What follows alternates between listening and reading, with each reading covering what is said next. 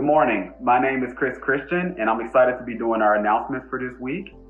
I want to welcome everyone who is visiting us today for the first time, whether you're stateside or if you're joining us from abroad.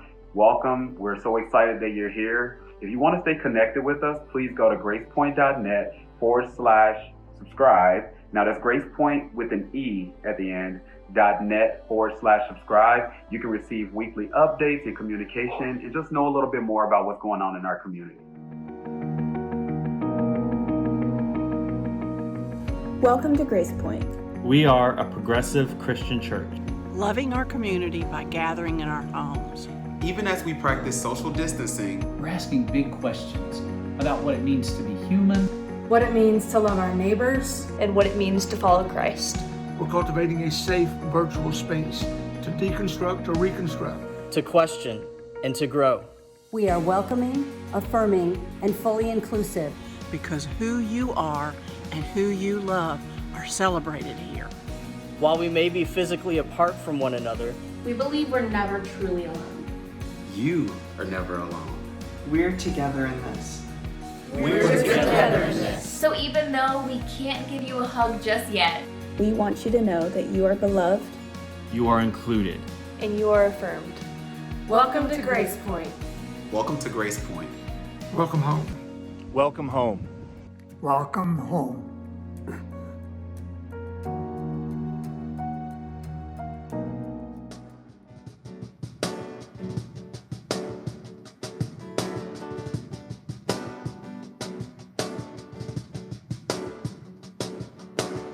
We found love that never runs dry, from the depths to the sky. Eyes fixed on the one who knows no end. You stand strong for all of time, in the joy, in the trial. You are the beginning and the end. Your love goes on, your love goes on. Ever our heart will see your love in everything. From sky to ocean deep, your love goes on. Through every rise and fall, we are forever yours. One thing we know is sure, your love goes on and on and on.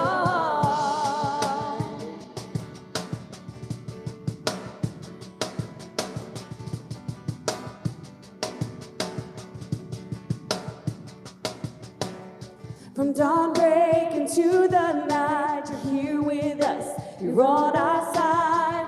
Your arms are forever open wide.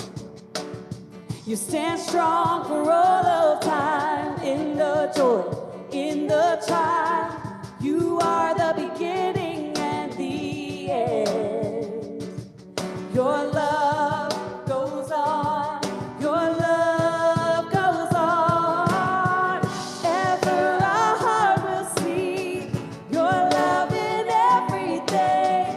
From skies to oceans deep, your love goes on. Through every rise and fall, we are forever yours. One thing we know is sure, your love goes on and on and on.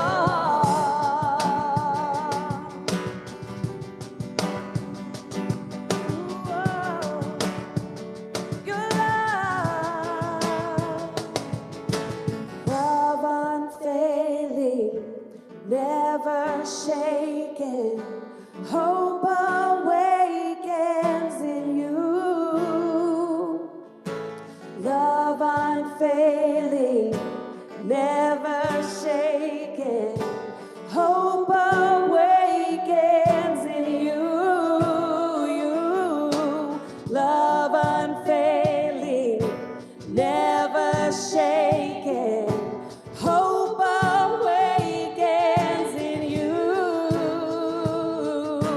Love unfailing, never shaken. Hope awakens in you. Ever our heart will see your love in everything. From skies to oceans deep, your love goes on. Through every rise and fall, we are forever yours. One thing we know is sure, your love goes on and on and on. Ever our heart will see your love in everything. From skies to oceans deep, your love goes on. Through every rise and fall, we are forever yours. One thing we know is sure, your love goes on and on and on.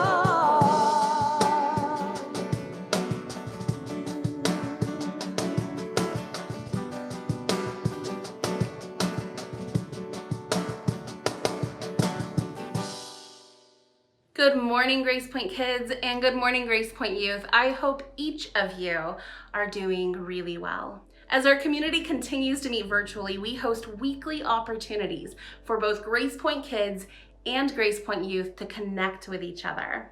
Grace Point kids, we hang out every Saturday at 10 a.m. on Zoom. Grace Point youth, you hang out every Friday at 6:30 p.m. on Discord. GPY, you connect throughout the week on Discord. For an invitation to the GPY Discord, email Lauren@gracepoint.net or Lisa@gracepoint.net. Grace Point kids grown-ups are gathering this Thursday at 8 p.m. Central Standard Time on Zoom for a Grace Point Kids parent hangout. These gatherings are facilitated by Chelsea Nixon, who is an amazing human, parent, therapist, and social worker. These gatherings are an awesome opportunity for GPK parents to experience connection, support, and belonging. For Zoom info and to stay up to date on what is being created for and shared with our GPK and GPY grown-up communities, check out our Instagrams at Grace Point Kids TN and at Grace Point Youth TN, and also check out our GP Facebook groups. GPY, your Sunday morning discussion guide, will be shared this afternoon. Each week, our GPY discussion guide reflects on Pastor Josh's most recent message. GPK, we are continuing to utilize Deneen Akers' book, Holy Troublemakers and Unconventional Saints, to learn from folks who are working for love and justice in their corners of the world. We have learned from Rachel Held Evans, Bayard Rustin, and this week we learn from Mr. Fred Rogers. You can find links to our GPK Bitmoji gathering space, as well as our principal lesson guide, in your email inbox, on Instagram, and on Facebook. I hope you have a beautiful week, and please know that I am so grateful to be in community with you. Peace out, big air hugs, and so much love to each and every one of you. We are continuing our series, Bible Stories for Grown-Ups. And if you've been joining, it's been a lot of fun to watch, to see our members go above and beyond with their acting and with their storytelling. It's been very compelling. So super excited to continue that series. Each week, there's an opportunity to meet at 10:30 on YouTube. That way you can connect with the community, have conversations, a little bit of chat before the service starts. So please feel free to join in, and we look forward to seeing you there. Coming up September 27th, from 4 p.m. to 7 p.m., we are doing a community picnic. Now, this is going to be a lot of fun. We haven't seen each other for a while. Super excited to be smart about it and reconnect. So please bring your mask, and please bring whatever you would like to eat. It's going to be from 4 to 7 p.m., September 27, 2020, and it's going to be at Sevier Park at the 12th South area. So please feel free to bring your food, come on out. We'll be smart, we'll have a good time. Super excited to see everybody. Here at Grace Point, it's really important that we contribute and give back. So there are two ways that you can give. You can do like my family does, and you can text Grace Point with an E to 77977, or you can just simply go to the Grace Point website and give there. We're super excited that you're here. Welcome to Grace Point.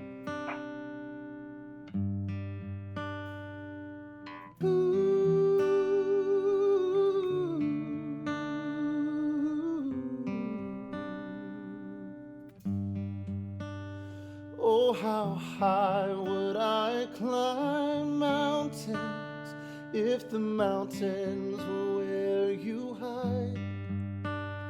Oh, how far I'd scale the valleys if you graced the other side. Oh, how long have I chased rivers from lowly seas to where they rise, against the rush of grace descending from the source of its supply.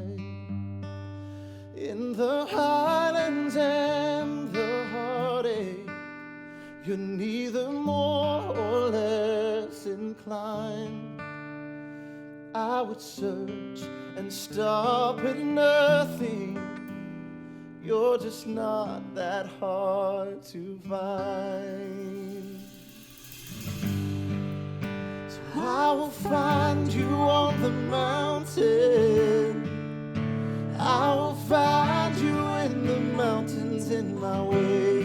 You're the summit where my feet are. I will find you in the valleys all the same. No less good within the shadows, no less faithful when the night leads me astray. You're the heaven where my heart is, in the highlands and the heartache all the same. Oh, oh, oh, oh. Oh, how far beneath does your kindness extend the path from where your feet rest on the sunrise to where you sweep away my past. Oh, how fast will you come running if just to shadow me through the night? Trace my steps through any failure and walk me out the other side. But who could dare ascend that mountain, that valleyed hill called Calvary, but for the one I call Good Shepherd, who died for love upon a tree. I will find you on the mountain. I will find you in the mountains in my way. You're the summit where my feet are.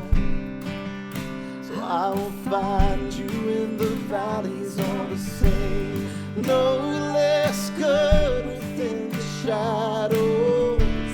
No less faithful when the night leads me astray. You're the heaven where my heart is. In the highlands and the heartache all the same. Oh, oh, oh, oh. Whatever I walk through, wherever I am, your love can move mountains wherever I stand. And if ever I walk through the valley of death, I'll sing through the shadows my song of ascent. Whatever I walk through, wherever I am, your love can move mountains wherever I stand. And if ever I walk through the valley of death, I'll sing through the shadows my song of ascent. From the gravest of all valleys come the pastures we call grace, a mighty river flowing upwards from a deep but empty grave. I will find you on the mountain, and I will find you in the mountains in my way. You're the summit where my feet are. So I will find you in the valleys all the same. No less good within the shadows. No less faithful when the night leads me astray. You're the heaven where my heart is. In the highlands and the heartache all the same.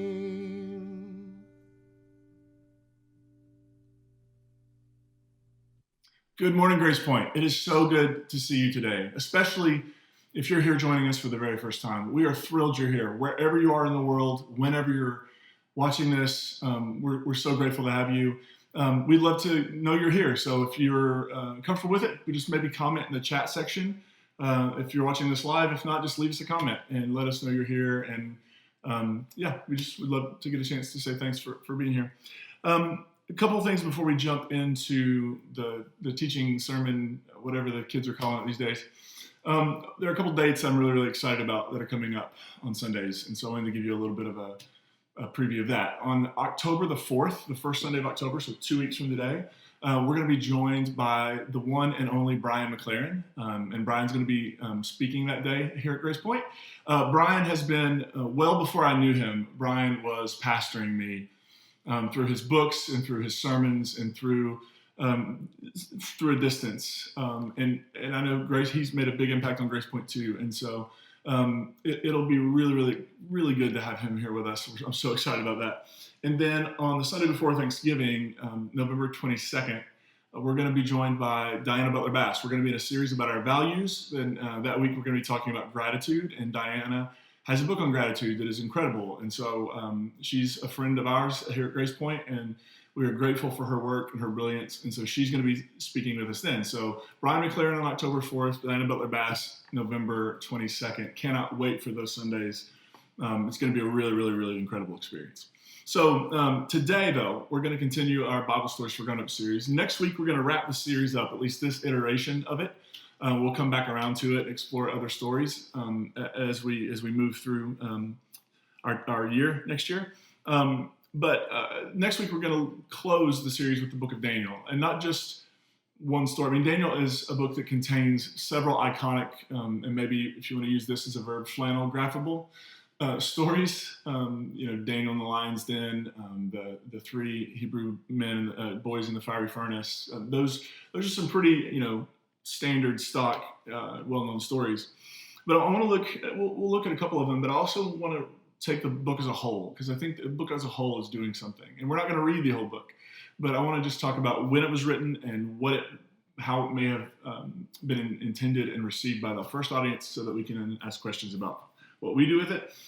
This week I want to look at a story. Most of the stories we've engaged have been pretty well known. This week I want to look at a story that maybe isn't as well known.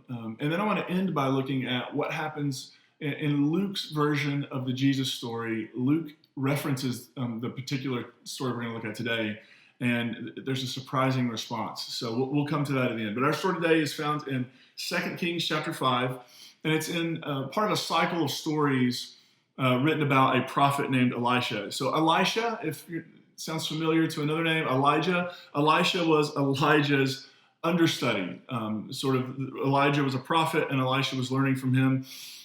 When Elijah gets taken to heaven, he doesn't die. Instead, he gets taken to heaven in a chariot of fire, drawn by horses of fire in a windstorm. I mean, it's what entrances are important, but so are exits. And this is an exit, right? He doesn't die, but instead he's like caught up into the life of God, or however you want to say that, into the realm of God in the mind of the Hebrew scriptures.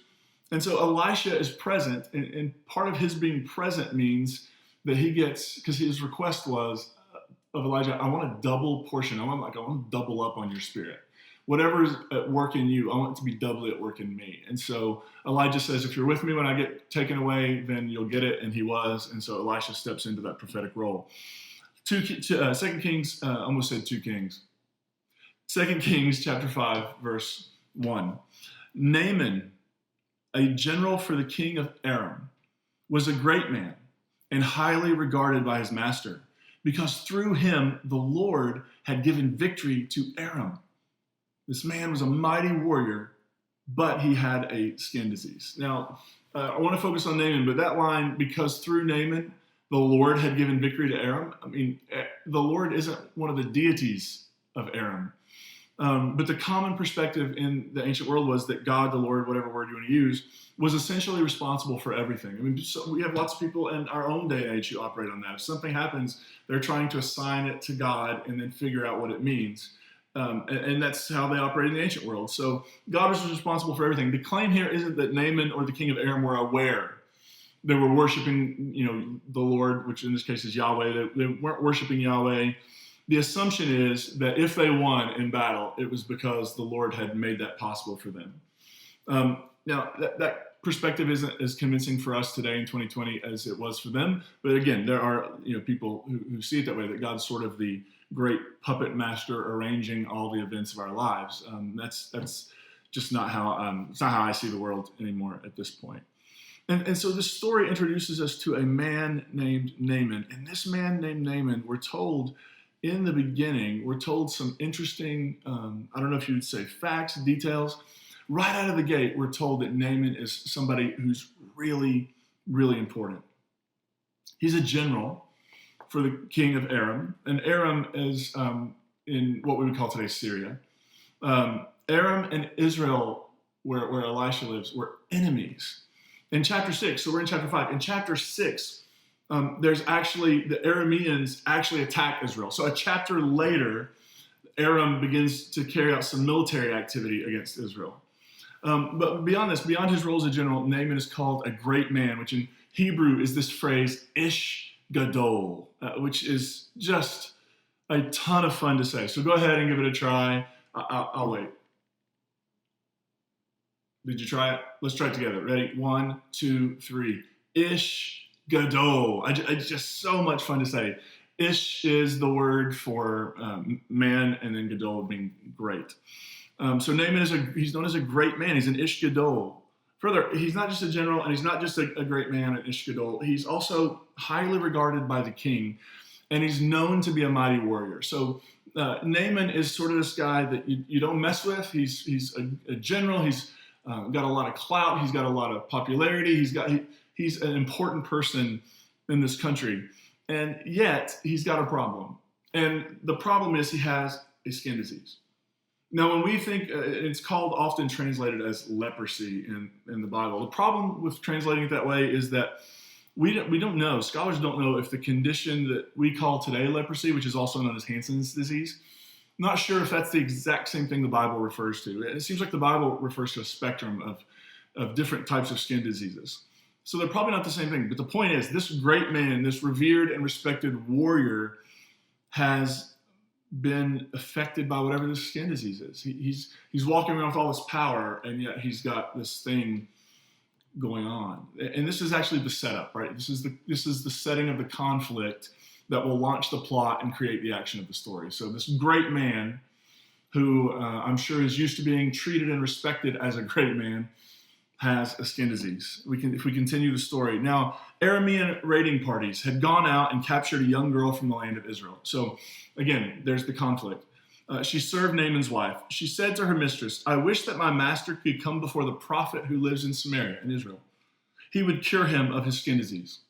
So Naaman went and told his master what the young girl from the land of Israel had said. Now, if we needed a reminder that Aram and Israel are in conflict, this is the detail, right? This young girl is an Israelite girl, and she was captured and enslaved by the Arameans when they were doing some raids. So even when there wasn't sort of a sustained conflict, often they would pop in, and I'm sure it went both ways. They would pop in and just try to create a little bit of a problem and then pop out. In this case, they took a young woman and made her, the word servant's not strong enough. I mean, she's essentially a slave to Naaman and his wife.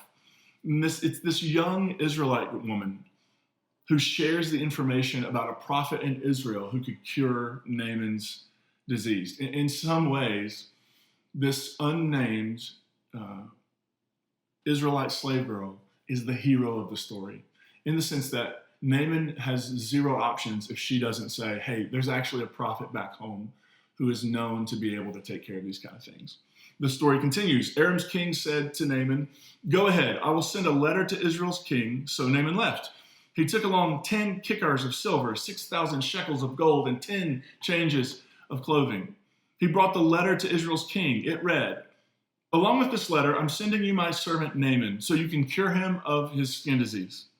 When the king of Israel read the letter, he ripped his clothes. He said, "What? Am I God to hand out death and life? But this king writes me, asking me to cure someone of a skin disease? You must realize that he wants to start a fight with me."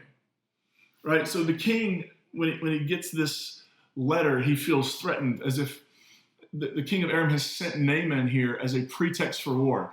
If the king fails to send Naaman back cured, then that will be a pretext, an excuse for the king of Aram to come and attack Israel. So that's sort of where this king, there's this fear immediately that, gosh, there's a thing behind the thing, and the thing behind the thing is the king of Aram wants to declare war on us. And in response to this worst case scenario, it says the king of Israel tears his clothes. And I sort of imagine it as a kid from the 80s. I sort of imagine it Hulk Hogan style. If you were ever a big time professional wrestling fan, Hulk Hogan used to tear the shirt off. I just imagine it without all the flexing and confidence, right? He's doing the same thing, but he doesn't have the confidence Hulk Hogan did.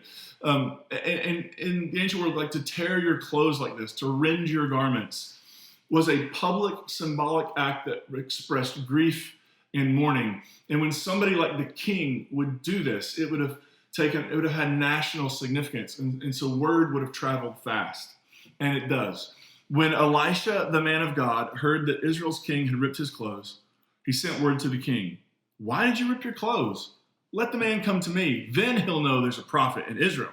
Right? Don't you love that? Elisha hears it. And he's like, why are you freaking out? Why are you tearing your clothes? Why are you like, look, you just send him to me. And once he's been, with me, once he's come to my place, once he's healed, he'll know there's a prophet in Israel. Elisha's got some swagger. I love it. He's not the least bit unnerved by the request. He doesn't try to hedge and say, well, maybe I'm a little rusty. Elisha just says, yeah, send him to me. He'll know there's a prophet in Israel because I'm gonna cure him. The story continues. Naaman arrived with his horses and chariots. He stopped at the door of Elisha's house. Elisha sent out a messenger who said, "Go wash 7 times in the Jordan River. Then your skin will be restored and become clean." Now, that whole line about Naaman arriving with chariots and horses, he arrives in full military gear. Apparently with a full entourage. That's the meaning of horses and chariots. They're essentially imagine he's pulling up a tank and just parking it in front of Elisha's house. What would the point of something like that be? What would the point of that kind of show of power? What kind of message is being sent by that flexing? I mean, we can even say, why is it that totalitarian regimes and wannabe totalitarian regimes like to show off all their bombs and tanks? It's probably to intimidate, right? It's a way of posturing, a way of trying to create a sense of control, a way of trying to make your enemies afraid of you. Actually, this sort of thing does not reflect security. It reflects insecurity. It doesn't reflect control. It reflects a lack of control. That's why you run tanks down a street in a parade is a way of saying, look, if you don't fall in the line, this is what you'll get. So maybe Naaman drives his tank up to Elisha's house as a way of saying, if you don't cure me, then we have other options. Right? So maybe the king of Israel was feeling threatened. Maybe he had a reason to feel threatened because Naaman rolls up in his military gear, full regalia, with chariots and horses. And Naaman then goes to the door, but Elisha doesn't come out. He sends a messenger who tells Naaman, "Go bathe 7 times in the Jordan River, and then you're good to go." How do you imagine Naaman will respond to that? It's pretty simple, right? It's not like he said, hey, you need to go make a sacrifice, take a couple goats, a sheep, a few chickens, and go make a sacrifice. He doesn't give him anything difficult to do. He just says, go to the river and bathe yourself 7 times, and then you'll be fine. And here's Naaman's response. But Naaman went away in anger. He said, I thought for sure that he'd come out, stand and call on the name of the Lord his God, wave his hand over the bad spot, and cure the skin disease. Right? So he's expecting something a little bit more, with a little more pomp, a little more circumstance, a little more befitting who he is as an Ish Gadol, right? Aren't the rivers of Damascus, the Abana and the Pharpar, better than all of Israel's waters? Couldn't I wash in them and get clean? So he turned away and proceeded to leave in anger. Here's Naaman's response. This is also the worst case scenario the king of Israel worried about. Naaman is leaving town, offended and in a huff, and he's angry because the man of God, the prophet, doesn't do for him what he expected. He expected him to come out, and he expected something else. I imagine when the king hears this news in the palace, he's just put on more clothes so he can tear them off again, because this is worst case. Naaman's response is anger and disbelief. Disbelief that Elisha, the prophet, supposedly this great prophet, would waste his time in this way. I mean, Elisha doesn't even come out and greet him. I'm sure Naaman's not been treated like this before, right? He sends out sort of one of his students, and Naaman is sort of just left flabbergasted by the fact that the prophet of God doesn't come out to see him. He was looking for something else. He said, I thought for sure he'd wave his hand over the bad spot and say a few words. He's looking for something more fantastic, right? He's looking for something that's a little more abracadabra-y than the simple prescription, which is just go take a bath 7 times and you'll be healed. And he's angry because after all, the waters back home in Aram, he says, are far better than anything Israel has to offer. This is almost beneath him. This is a waste of this Ish Gadol's time. This is like, why I could have done this at home. I didn't have to travel all this way. I didn't have to go through all of this. And the story continues. Naaman's servants came up to him and spoke to him. Our father, if the prophet had told you to do something difficult, wouldn't you have done it? All he said to you was, wash and become clean. Right? There's like, if he gave you something massive to do, if he had told you to kind of crawl across the desert, right, pushing a penny with your nose, like you would have done that. Right? You would have done whatever he said if it was difficult. He's given you a really simple task. Just go take a bath 7 times in the Jordan. So Naaman went down and he bathed in the Jordan 7 times, just as the man of God had said. His skin was restored like that of a young boy, and he became clean. He returned to the man of God with all his attendants, right? So the entourage is mobile again, but this time instead of leaving the house of Elisha, they're heading back. He returned to the man of God with all his attendants. He came and stood before Elisha saying, now I know for certain that there's no God anywhere on earth except in Israel. Right, he has this moment where he goes and does the silly thing he was told to do, and he comes up out of the water and he's clean. Then he goes back and he says to Elisha, you know what? You were right, and now I'm convinced that there is only one God, and that God is the God of Israel. So fortunately for Naaman and the king of Israel, cooler heads prevail.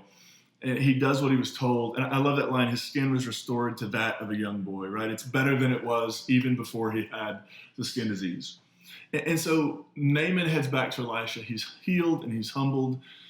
And he, on the spot, converts to monotheism, right? Which is just an interesting sort of like, wow, like the enthusiasm of it.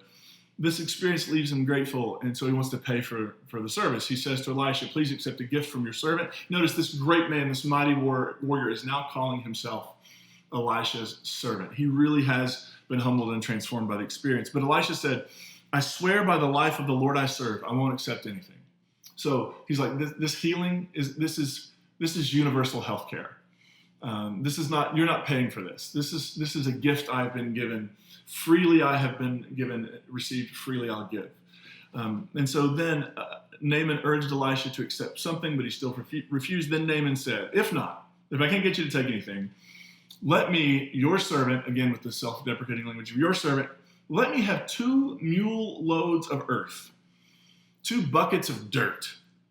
Your servant will never again offer entirely burned offerings or sacrifices to any other gods except the Lord. But may the Lord forgive your servant this one thing. When my master comes into Ramon's temple, now Ramon was likely it was the national god of Aram, and likely was a storm god. When my master comes into Ramon's temple and to bow down there and is leaning on my arm, so he's saying, when I walk into this temple of a God I no longer engage with, but as I walk into this temple with my master on my arm, I must also bow down in Ramon's temple. When I bow down in Ramon's temple, may the Lord forgive your servant for doing that. And Elisha's response is real simple. He just says to him 3 words, go in peace. That's not the expected response here, right? So let's back up a little bit and then we'll work our way down. So Naaman asks for something that may seem a little off to us. He's like, hey, can I get 2 buckets of dirt to take back? As much dirt as 2 buckets of my mule can handle? Because I don't want to worship any other gods. Now, last week we looked at the story of Jonah, and we saw that in the ancient world, gods were sort of tied to geography, right? To specific soil. So, I mean, the psalm that was written during exile, by the rivers of Babylon we sat and wept. We wept when they asked us for the songs of Zion. How can we sing the Lord's songs in a foreign land, right? Because the power and sort of the territory of your God extended to the borders of your nation. And so if you leave those borders, you're now in somebody else's territory. And so I think Naaman is sort of saying, when I go home and I'm going to want to make sacrifices and offerings to the Lord, I want the Lord to be present. But if I go there and I'm not here, then how will it? So it may be, for us it seems silly, but for them it was a way of Naaman saying, I want to be able to engage with this God who I've come to trust, who's healed me, and the only way I can do that is to take some dirt home, because that sort of links me with the divine. Now, it seems silly to us, but think about the way we have, as just culturally even, thought about church buildings or spaces. We tend to talk about it, even like the language has been, a church building. welcome to God's house, right? And how many of us, when we were kids, if you grew up in church, how many of you were told, stop running in God's house, right? Or stop doing whatever it is you're doing in God's house, right? That's sort of a thing that we're sort of given this, sort of these categories of sacred and profane. And so there's sacred space or ground, holy ground, and then there's profane or non-sacred space and non-sacred ground. And in that understanding, the majority of the ground is not sacred, and there's a few spots that are sacred. And actually, when we talk about that language, we're not, when people say this is God's house, they don't mean that God sleeps in the back on a cot somewhere, that God's got a room, or that it's somehow that we think that in that space, in those four walls, God is more present than God is anywhere else. But fortunately, the good news is the earth, as the psalm says, the earth is the Lord's and everything in it. There is no unholy ground. There is no place that isn't drenched in the divine. When Moses in Exodus 3 stands before a burning bush and he's told, take off your sandals because the ground you're standing on is holy, it's so beautiful and profound in the discussions that rabbis have had and scholars have had about that text. Because the point maybe isn't that the ground suddenly became holy. The point is that Moses became aware of it. Right? We live in a creation that is drenched in the divine. The real task isn't getting God to show up. Right? That's sort of the language we often use. We went to church today and God showed up, finally. Right? The real task is not God showing up, but us showing up. The real task is having eyes to see and ears to hear and hearts that are open and willing to respond and seek an awareness of the everywhereness of God. And then there's this stunning moment at the end where Naaman asks for preemptive forgiveness for all of the times he's going to have to go into the temple of another god because his boss's, this is his boss's, essentially, this is where his boss worships. He's going to have to go in there and he's going to have to kneel beside the king in the temple of Rimmon. And Elisha's response is like, okay, no worries, go in peace. That's a bit shocking, right? Like, we might expect Elisha to pull out some really well-used cliches, like Naaman, if you're not going to stand up for God, you have to take a stand for the Lord. I mean, if you're going to deny God, God's going to deny you.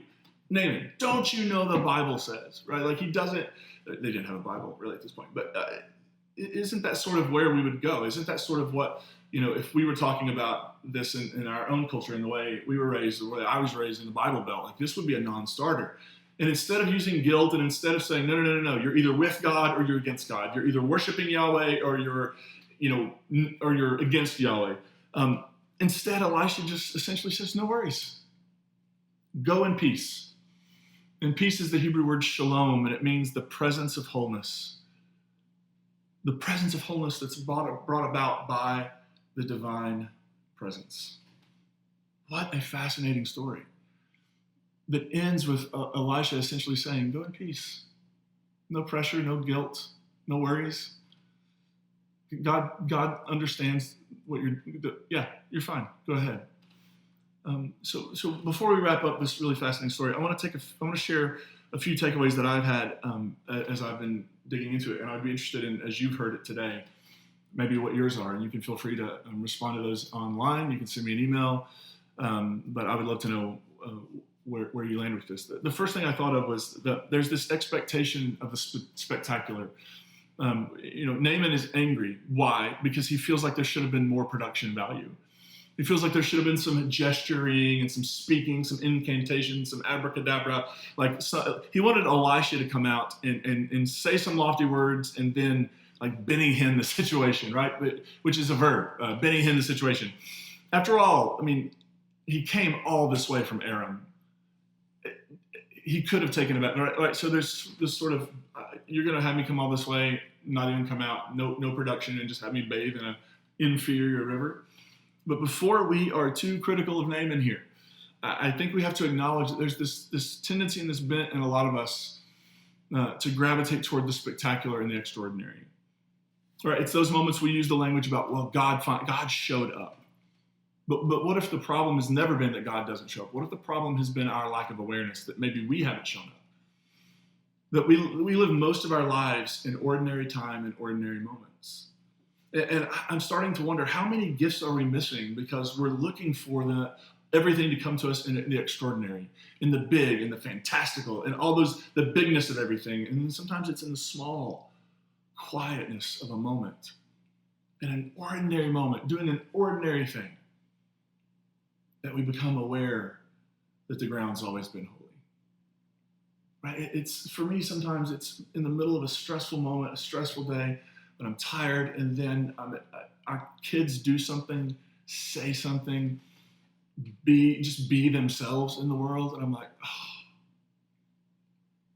man, how fortunate am I to be learning about life and the divine and the human through these little gifts that are around me all the time. Right? It's about becoming open.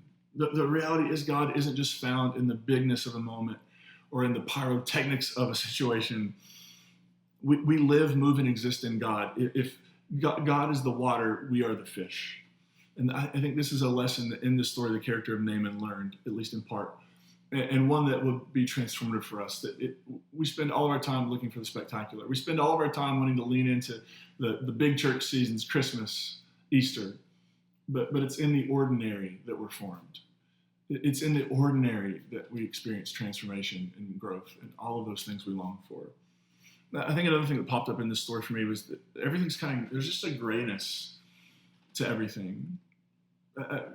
If you grew up in church like I did, I bet you were told most everything was black and white. Like it's either right or wrong, it's either this or that. There is no gray space, there is no gray area. And it means if you think there are gray spaces or you think there are gray areas, you're probably compromising your faith. And you probably need to repent, right? Like that's sort of foundational. There is no gray, it's all black and white. The reality is that life is often one massive, big gray space. One massive, big, large, gray experience. I mean, we do the best we can, but there are moments when we just don't know what to do. It's not clear. It seems like there's 2 or 3 right responses, or maybe there's something that feels like it may be the wrong response, but what if it is the right response? We just don't always know what to do. So much of life is lived in that tension, in the unknowing. And the idea that the closer we get to God, the more things become black and white just has not proven true, at least in my experience. Actually, the deeper I've entered into mystery, the deeper I've leaned into the mystery of the divine, the more gray things have become. Because when you let go of certainty, it becomes harder and harder to exclude people, to decide who's in or out, who's pure or impure, who's acceptable or unacceptable. Right? It's the reality of God, the divine, whatever language you want to use for it, that the more we press and lean and connect into it, the grayer things become.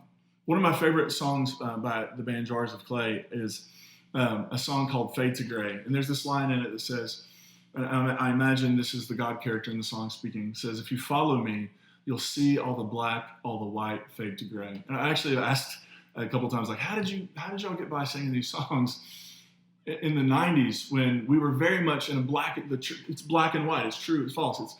And then there's this sort of, the more you follow, the more you lean in, the grayer things become. Jesus actually interacted with this story in a kind of a similar way. So in Luke chapter 4, he preached a sermon in his hometown, and everybody was impressed, and they're like, wow, this kid's got potential, and he's got talent. But toward the end, while everybody's sort of talking about how impressed they are, Jesus brings up this story of Naaman, and here's what he says. There were also many persons with skin disease in Israel during the time of the prophet Elisha, but none of them were cleansed. Instead, Naaman the Syrian was cleansed. When they heard this, everyone in the synagogue was filled with anger. They rose up and ran him out of town. They led him to the crest of the hill on which their town had been built so they could throw him off the cliff. Like, I had some sermons that didn't go well. I've yet to have one that doesn't go this well. All right, Jesus has got him right where he wants him. He's like, oh, by the way, back in Elisha's day, there were lots of folks with skin disease inside our borders. And God chooses through Elisha to heal somebody who's outside of our borders. God chooses through this prophet to bring peace and wholeness to a foreigner, to somebody who's not one of us. And as Jesus is challenging sort of this black and whiteness of insider, outsider, acceptable, unacceptable, embraceable, non-embraceable, loved, unloved. And when Jesus challenges this insider-outsider perspective, people get so angry they want to kill him. Now, I always feel like we have to be careful when we approach these kind of stories because they have been used and still get used in terrible ways by those who want to spew the hatefulness of anti-Semitism. This story isn't a Christian story, Christian versus Jewish story. Jesus isn't a Christian. He lived and died a Jew. This is actually an intra-family squabble, an intra-family conversation. Jesus is offering a challenge to his own tradition and saying, maybe the way we've approached this insider, outsider, pure, impure, maybe all those boundaries and barriers are the problem. Maybe the thing that the divine wants to do is to get out of our borders, to get out of our boundaries, to get out of our boxes, and to love and transform and generously, compassionately give love to the world. And I think it's really interesting to see how Jesus even controversially interacts with this story. A couple more things. I think this story is really just about taking the next right step. Naaman is sent home in peace by the prophet without all the greatest intention being resolved. When Naaman says, I'm going to have to go to Naaman's temple, Elisha's like, okay, no worries, peace be with you. I think maybe the point of life is to just do the next right thing and to take the next right step. We can spend our time and energy planning the next 10 steps or the next 10 years, but the only thing we can actually do is put one foot in front of each other, in front of another, take one step at a time. And maybe there's a day when Naaman will no longer go into Naaman's temple because maybe he's going to quit, right? Maybe he's going to find another line where, who knows? But he's invited to go in peace, to take one step at a time. And in this pandemic we've been living through, with all of the tension and all of sort of the disorientation that's happening in the U.S. right now, where many of us are, as we see the effects of climate change happening all around us, and it feels almost insurmountable. Like, how do we respond to climate? How do I, as one individual, respond to climate change like this? If I recycle, is that going to really make that big of a difference? And we may wonder, like, with everything that's going on right now in terms of this pandemic, in terms of the systemic racism that we see present in our society, that has been present in our society for way before our society existed. I mean, there's a lot going on there, and we can be overwhelmed, or we can begin to take the next right step. What is the next right step for me? And if you're doing that, and I'm doing that, and everybody else is doing that, if we engage in that way, that just the next right step, this world can be transformed. We can make a lasting impact. We can change the outcome of this particular point in our history if we're willing to take one step at a time. And here's the last thing. I think we're being invited here in this particular story. We are being invited to live in a bigger story. The story of exclusivism that has permeated the Christian tradition for a long, long time now makes everything feel so small, I think. A story where only people who hold not even our religion, sometimes it's even more minute than that, like only people who hold our particular interpretation are somehow beloved and united with God, right? That it's not just that you have to be Christian like us, you have to be the specific version of Christian we are. And as we've mentioned before, there are 36,000 plus Christian denominations, and I think that all assume they're probably mostly right, or else why would they exist? So, there's just this smallness that comes with the story of exclusivism. It's just for this little tiny group of people, and everybody else gets left out. That feels small. And I think what we begin to glimpse here in Elisha's response to Naaman is this growing awareness that we are living in a bigger story than we thought. We maybe at first thought this was a real small story about us and our afterlife experience, and now what we're learning is this is actually a bigger story than we thought. And whatever the word God points to, it's far more expansive, far more universal, far more loving and compassionate than we ever dared to imagine. That we have shrunk God down into a manageable size, and we've created creeds and doctrines and dogmas and theological formulations that have been intended to keep God sort of locked in that theological box that we've put God in. And yet time and time again throughout our history, God has blown up those boxes and done something else, something often shocking for most people. That God has ever expanded the circle.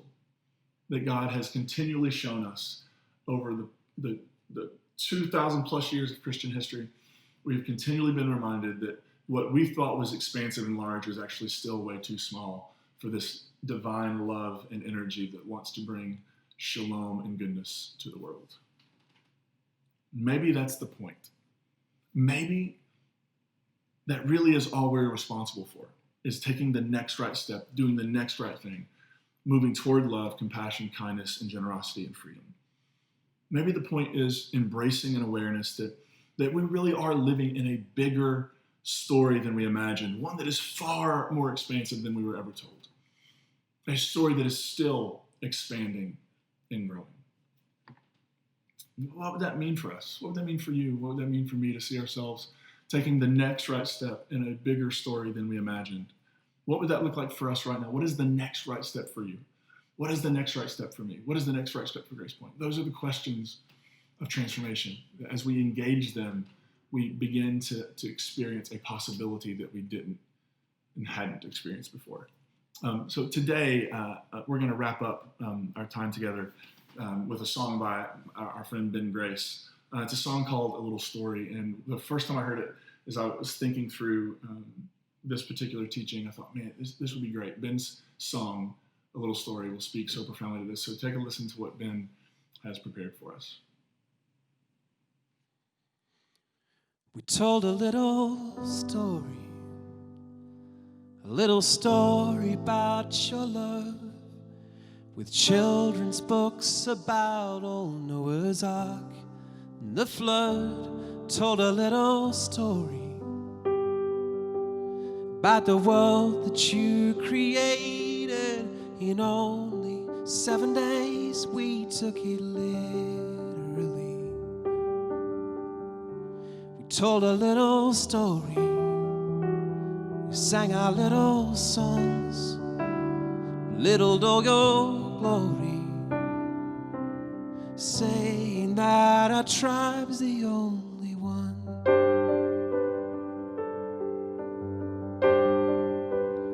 Told a little story about your grace.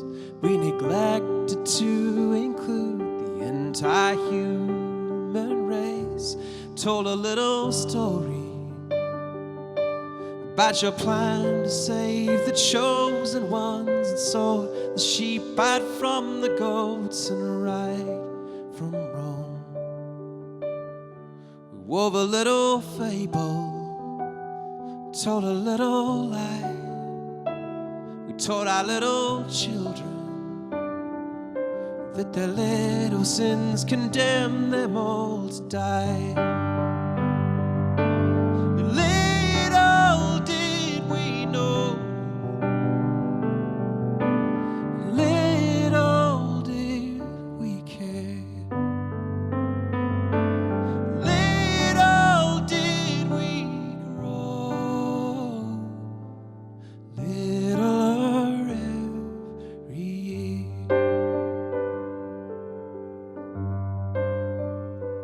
I sense a bigger story than before.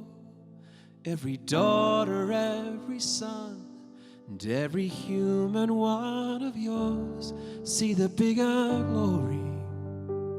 A gentler, humbler kind of love that's willing to stand with the hurt and broken, every one of us. So tell a bigger story, sing a bigger song. You see that God's not bigoted, not concerned in right or wrong. And yes, this love is bigger than, bigger, wider, higher than, so big that all the universe belongs, so big that all the universe belongs.